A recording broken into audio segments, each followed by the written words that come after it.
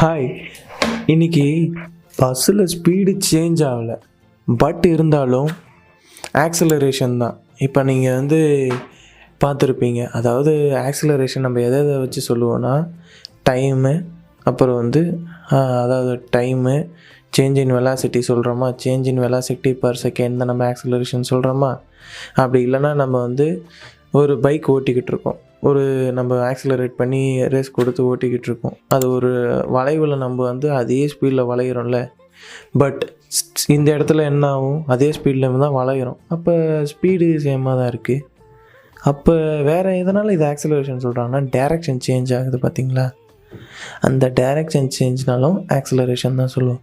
இதுக்கு ஒரு சிம்பிளான எக்ஸாம்பிள் சொல்லலாம். நீங்கள் லிஃப்ட்டில் போயிருப்பீங்க, லிஃப்ட் அப்படியே கீழே இருந்து நம்மளை ஃபஸ்ட் ஃப்ளோருக்கு கூட்டிகிட்டு வரக்குள்ளே ஒரு ஃபீல் வரும் பார்த்தீங்களா, லைட்டாக ஸ்டொமக்லாம் கலக்கிற மாதிரி. அது எனக்கு வந்திருக்கு.